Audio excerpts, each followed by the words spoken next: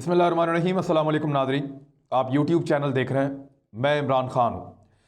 Azerbaijan से कुछ बड़ी खबरें हैं और आर्मीनिया से जुड़ी हुई, अज़रबैजान से जुड़ी हुई। सबसे पहले तो आप ये एक तस्वीर देखें, इसमें आपको नज़र आ रहे हैं अज़रबैजान के सदर इल्हाम अलीयव।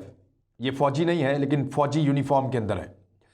आज इन्होंने अपनी फ़ौजी यूनिफॉर्म पहनी अपने मुल्क की और फ़ौजी वर्दी के अंदर मलबूस होकर ये फ़ौज के हेडक्वार्टर पहुँचे और वहाँ पे इन्होंने मिलिट्री ऑपरेशनल की एक जो अहम तरीन मीटिंग थी उसकी क़यादत की। ये अज़रबैजान के सदर ने यूनिफॉर्म इसलिए पहना कि ये अपनी मुसल्लह अफवाज को एक सॉलिडेरिटी का और उनके साथ यकजहती का एक इजहार करना चाह रहे थे और इन तस्वीर को खींच कर उन्होंने पूरे मीडिया को दिया और फिर ये तमाम अखबारात में, तमाम टेलीविज़न में और तमाम वेबसाइट्स के ऊपर, इवन सोशल मीडिया पे इनको वायरल किया गया पूरे अज़रबैजान में। इससे उनकी कौम के अंदर एक जज्बा पैदा हुआ है, उनकी फोर्सेस के अंदर एक जोश पैदा हुआ है कि हमारे मुल्क के सरबराह ने हमारा यूनिफॉर्म पहन लिया है और वो हमारे साथ मुश्किल के इस वक्त में खड़ा है जब हम एक बहुत तगड़ी जंग लड़ रहे हैं, जब हम अपने इलाकों को आज़ाद करवा रहे हैं। ये जो मीटिंग हुई है इसमें कुछ बड़े अहम फैसले हुए हैं और अहम तरीन चीज़ों के ऊपर पहले मुशावरत हुई और उसके बाद जो अज़रबैजान के सदर हैं इल्हाम अलीयव, उन्होंने बाकायदा मंजूरी दी कुछ अहम तरीन ऑपरेशंस की और ये ऑपरेशंस आने वाले दिनों में मज़ीद इलाकों को आज़ाद करवाएंगे। अभी तक अज़रबैजान ने बड़ी कामयाबी से 2 दर्जन के करीब देहात और मुख्तलिफ इलाके जो हैं वो अपने आज़ाद करवा लिए हैं, जिनमें 2 बड़े शहर शामिल हैं। जबरेली का इलाका है, फिजूली का इलाका है और कुछ और एरियाज़ भी हैं, लेकिन 2 बड़े इलाके हैं और बाकी बहुत सारे देहात हैं। कोई 2 दर्जन के करीब इलाके अपने इन्होंने आज़ाद करवा लिए हैं। वो जो इलाके आज़ाद करवाए वहाँ पे अब अज़रबैजान का परचम लहरा रहा है और उनकी फ़ौज उन इलाकों के अंदर अपने आप को मजबूत करके वहाँ पे फोर्सेस को छोड़ के और फिर जो उनके ऑपरेशनल फोर्सेस हैं वो आगे की तरफ बढ़ रही हैं। अब आगे की हिकमत अमली बनाई जा रही है और ये मीटिंग आज उस हवाले से हुई है। एक दिन पहले बाकायदा मिलिट्री ऑपरेशंस की एक बहुत बड़ी मीटिंग हुई थी और उस मीटिंग के बाद अब क्योंकि बड़े अहम फैसले थे तो उसमें सदर की मंजूरी ज़रूरी थी, तो आज अज़रबैजान के सदर को दावत दी गई तो वो अपनी फ़ौज के यूनिफॉर्म में पहुँचे और उन्होंने जाके उन नए ऑपरेशंस की मंजूरी दी जो अगले दिनों में, आने वाले दिनों में नए इलाकों, नए शहरों और नई ज़मीनों को आज़ाद करवाएंगे। अब इसके अंदर ये फ़ौज के कमांडर इन चीफ भी हैं। देखें, जो सदर है वो आईनी लिहाज से फ़ौज के कमांडर इन चीफ हैं, जिस तरह पाकिस्तान के अंदर भी है, दुनिया भर में ऐसे कि जो मुल्क के हुक्मरान होते हैं जिनको अवाम मुंतखब करती है वो इन इदारों के आईनी सरबराह होते हैं, तो वो उनके कमांडर इन चीफ हैं, इसलिए वो आईनी तौर पे भी ये वर्दी यूनिफॉर्म पहन सकते हैं। लेकिन आप एक लम्हे के लिए ज़रा थोड़ा अज़रबैजान से निकल के पाकिस्तान आ जाएं, कितना भी मुश्किल वक्त हो, अगर पाकिस्तान का कोई हुक्मरान फ़ौज की यूनिफॉर्म पहन ले तो क्या होगा? लोग उसका मजाक उड़ाएंगे, पाकिस्तान का मीडिया उसको जीने नहीं देगा, उसका मजाक उड़ाएगा, उसका तमस्खर उड़ाएगा, उसको चिढ़ाएंगे। यहाँ की पॉलिटिकल क़यादत या कोई भी पार्टी अपोजिशन में होगी वो उसको बुरा भला कहेगी और इस चीज़ का मजाक उड़ाएगी। इसको सॉलिडेरिटी के तौर पे नहीं लेंगे, यकजहती के तौर पे नहीं लेंगे, बल्कि इस सारे मामले को भी पॉलिटिसाइज करेंगे। और यही है हमारा सबसे बड़ा मसला कि वहाँ उन्होंने यूनिफॉर्म पहना और उसको फ़ख्र महसूस किया कि ये मेरी फोर्सेस का यूनिफॉर्म है, वो खून बहा रहे हैं, फ़ौजी हमारे भी खून बहा रहे हैं। लेकिन हम उस यूनिफॉर्म के बारे में क्या कहते हैं? पाकिस्तान की सियासी जमातों ने इस यूनिफॉर्म के बारे में किस तरह के नारे लगाए हैं?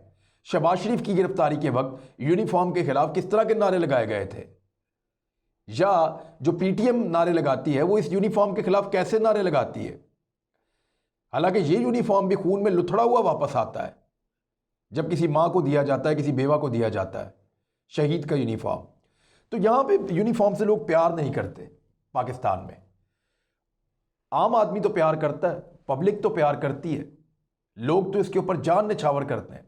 लेकिन मैं अपनी पॉलिटिकल एलीट की बात कर रहा हूं, मैं खूनी लिबरल्स की बात कर रहा हूं जिनको इस यूनिफॉर्म से चिढ़ है, नफरत है, वो इसको देखना भी नहीं चाहते। मैं उन लोगों की बात कर रहा हूं जो ये सोशल मीडिया के दानश्वर हैं। मैं उन लोगों की बात कर रहा हूं जो ना सिर्फ लिबरल्स अपने आप को कहते हैं बहुत ज़्यादा कि जी हम तो लिबरल्स हैं और इमरान खान ने उनका नाम खूनी लिबरल रखा था, उनकी बात कर रहा हूँ। जो करप्शन के केसेस हैं उनकी बात कर रहा हूँ। सिविल सोसाइटी में रहने वाले बहुत सारे ऐसे लोग हैं जो इस यूनिफॉर्म से बिला वजह चिढ़ते हैं, और इसको पाकिस्तान में यूनिफॉर्म को बुरा कहना एक फैशन बना दिया गया है और जानबूझकर बनाया गया है। इसके ऊपर बाकायदा इन्वेस्टमेंट हुई है कि यूनिफॉर्म को बुरा कहो, ये फैशन है। इससे जो है वो आपको जो है पजीराई मिलती है मुख्तलिफ हलकों के अंदर, मुख्तलिफ मीटिंग्स के अंदर। अच्छा आपने इतनी सख्त बात की फ़ौज के बारे में, शाबाश, आप तो बहुत बहादुर हैं, आप तो बहुत दलेर हैं। भाई अपनी फ़ौज है, अपना यूनिफॉर्म है, हम इसके मालिक हैं। तो उनके सदर ने यूनिफॉर्म पहना और पहन के उन्होंने अपनी फ़ौज को एक पैगाम दिया, और ये जो वर्दी है इसको फ़ख्र की अलामत के तौर पे उन्होंने पहना है। और आप अंदाज़ा कर सकते हैं कि किस किस्म के जज्बात इस वक्त आज़रबाईजान की फ़ौज के, उनके सदर के और उनकी अवाम के रहे होंगे। अवाम के जज्बात के हवाले से आपको अंदाज़ा यहाँ से हो सकता है कि आज़रबाईजान के सदर ने कौम से खिताब किया है। ये बड़ा तगड़ा खिताब है। मैंने इस पूरे खिताब की ट्रांसलेशन पढ़ी है और उसका एक मुंतखब हिस्से कुछ आपको सुना देता हूँ, क्योंकि खिताब बहुत लंबा है। उन्होंने अपनी कौम से डिटेल में एक खिताब किया है, लेकिन उसके कुछ हिस्से आपके सामने रखता हूँ जिससे आपको आर्मीनिया और आज़रबाईजान की लड़ाई का मसला समझने में भी मदद मिलेगी, और साथ ही साथ आपको ये समझने में मदद मिलेगी कि लीडर किस तरीके से अपनी कौम को लीड कर रहे होते हैं जंग के हालात में। सबसे पहले तो उन्होंने अपनी कौम से खिताब किया और अब तक की सूरत हाल पर उनको एतमाद में लिया और उनको खुशखबरी सुनाई कि फ़लाँ फ़लाँ इलाके, फ़लाँ फ़लाँ शहर, फ़लाँ फ़लाँ गाँव जो हैं वो आज़ाद हो चुके हैं। और इसके लिए उन्होंने पूरी कौम को मुबारकबाद पेश की और अपनी फ़ौज को, कुर्बानियाँ देने वाले नौजवानों को उन्होंने सराहा, और उन्होंने ये कहा कि जो शहीद हो गए हैं उनके दर्जात बुलंद हों और जो ज़ख्मी हैं उन्हें अल्लाह ताला जल्द अज जल्द सेहत दे, आमीन। अब ये उन्होंने बातें करने के बाद उन्होंने अपने लोगों को बताया कि आज हम अपनी रियासत और अपने लोगों के लिए एक नई तारीख लिख रहे हैं, एक शानदार तारीख। ये हमारी ज़मीन है, सदियों से हमारी है, हमने इसे बनाया है और सजाया था। आर्मीनिया ने हमारे तारीखी निशानात को मिटाने की कोशिशें की हैं, हमारी सकाफती, हमारे मजहबी और हमारे तारीखी मकामात को तबाह किया है। हम अपने तमाम शहरों को वापस लेंगे, अपनी तमाम मसाजिद को दोबारा आबाद करेंगे। हम अपने शहरों और अपने इलाकों को वही पुराने नाम देंगे जो हमारे आबाओ अजदाद ने रखे थे और जिन्हें आर्मीनिया ने बदल दिया था। हम अपनी ज़मीनों पर खड़े होकर लड़ रहे हैं, ये किसी और की ज़मीन नहीं है। हम तारीख के दुरुस्त सिमत में खड़े हैं। हमारे फौजी अपने आबाओ अजदाद की ज़मीनें आज़ाद करवा रहे हैं। आज़ाद होने वालों की आंखों में आज खुशी है और खुशी के आंसू हैं। याद रखिए, ये वही आंखें हैं जिनमें 1990 की दहाई में भी आंसू बह रहे थे, मगर वो आंसू शिकस्त के थे, तकलीफ के थे और सदमे के थे। लेकिन आज उन्हीं आंखों में खुशी के आंसू हैं, आज़ादी के। हमने 30 साल अमन के साथ मुज़ाकरात किए, हर कोशिश की कि किसी की ज़मीन पर हमने कभी बुरी नज़र नहीं डाली, मगर हमें लड़ाई में ज़बरदस्ती धकेला गया। हमसे हमारी ज़मीनें छीनी गईं और नए नक्शे जारी किए गए और सिर्फ मुज़ाकरात ही होते रहे। हमने उम्मीद के साथ हर मुज़ाकरात में हिस्सा लिया, सही नीयत के साथ हिस्सा लिया, लेकिन अब हम लड़ेंगे, अपनी ज़मीन, अपने हक के लिए लड़ेंगे, 1 इंच ज़मीन भी नहीं छोड़ेंगे। मैं फिर कहूँगा कि हम तारीख की दुरुस्त सिमत पर हैं। आज हम तारीख के शानदार तरीन लम्हात को जी रहे हैं। हम कदीम तरीन बाशिंदे हैं, इस खित्ते के कदीम तरीन बाशिंदे। हमारी तारीख में बेशुमार शानदार मौक़े हैं, कुर्बानियाँ हैं और फतूहात हैं। और आज के जो लम्हात जिनको हम जी रहे हैं, जिनको हम लड़ रहे हैं, इनका हमारी तारीख में एक ख़ास मुकाम होगा और वो मुकाम हमेशा रहेगा। हम इंसाफ बहाल कर रहे हैं, अपनी जुग्राफियाई खुद मुख्तारी के लिए लड़ रहे हैं, आज़रबाईजान के लोगों की उम्मीदों को पूरा करने के लिए लड़ रहे हैं और हम ये हमेशा करते रहेंगे।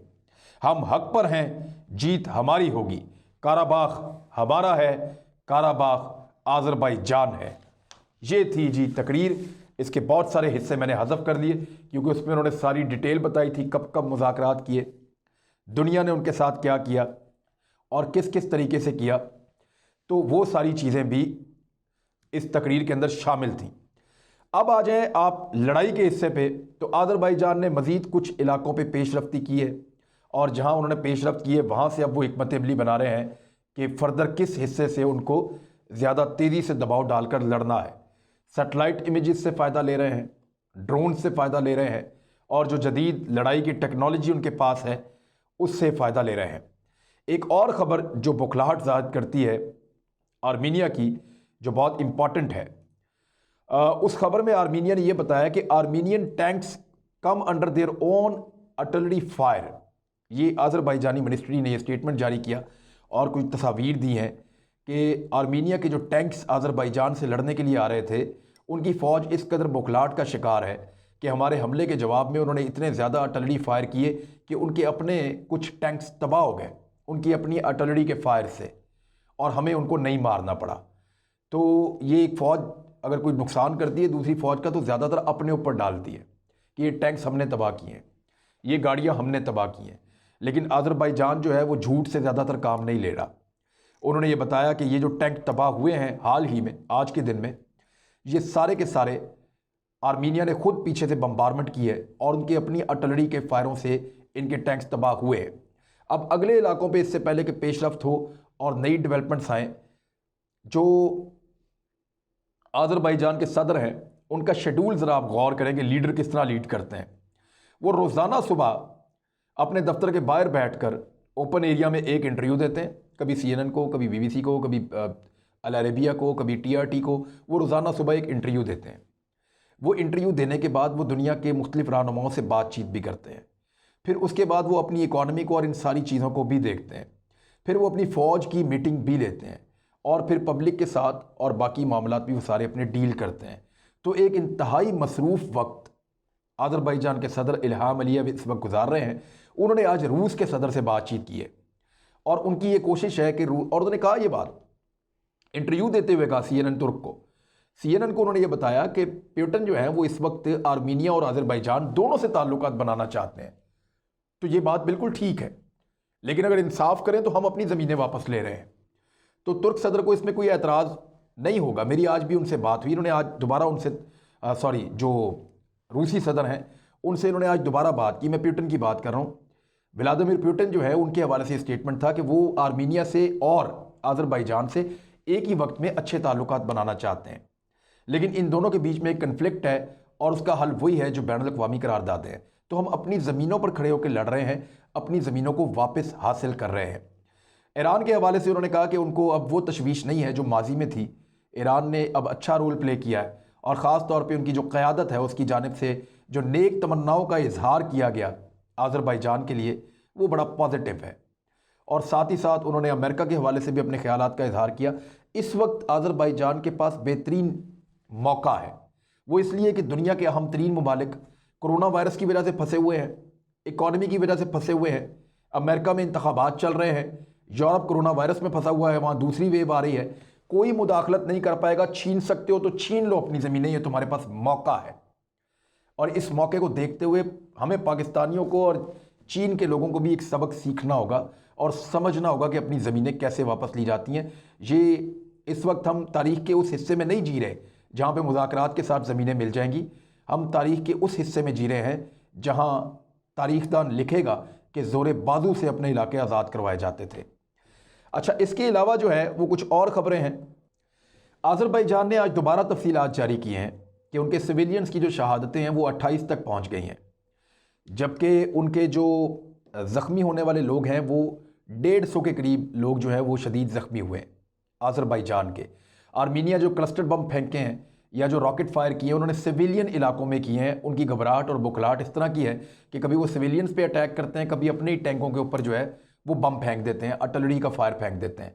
तो इस वजह से नुकसान सिविलियंस का हो रहा है और ये लगातार बढ़ता जा रहा है।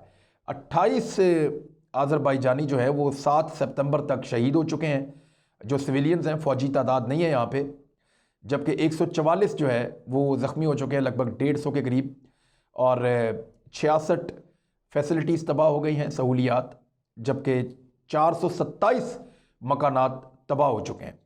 और इसके साथ ही साथ आज़रबाईजान ने यह बताया कि हमारी एक तेल की पाइपलाइन है जो यूरोप जा रही है और यूरोप को तेल की बहुत बड़ी सप्लाई वहाँ से जाती है। आर्मीनिया ने जो है वो अटैक करके उसको भी तबाह किया है और वहाँ डैमेज हुआ है, जिसके ऊपर यूरोप में भी तशवीश है। तो आज़रबाईजान क्योंकि तेल का एक बहुत बड़ा सप्लायर है यूरोप को, तो इस वजह से ये एक कड़वी चीज़ होगी यूरोप के लिए इसको निकलना, और उनकी सप्लाई बंद होने से वो परेशानी का सामना उनको करना पड़ सकता है आने वाले दिनों में। लिहाजा ये अब तक की सारी डिटेल्स थी। मैंने आपको बताया कि यूनिफॉर्म पहनकर आज़रबाईजानी सदर जो है वो गए और जाकर उन्होंने मिलिट्री ऑपरेशंस की एक अहम तरीन मीटिंग की और कौम से खिताब में उन्होंने फिर कहा कि 1 इंच ज़मीन भी नहीं छोड़ेंगे, पुराने नाम भी बहाल करेंगे, पुराने इलाके भी आज़ाद करवाएंगे और वापस लेंगे। अब तक के लिए इतना ही। अपना ख्याल रखिएगा, इस चैनल का भी। अल्लाह हाफ़िज़।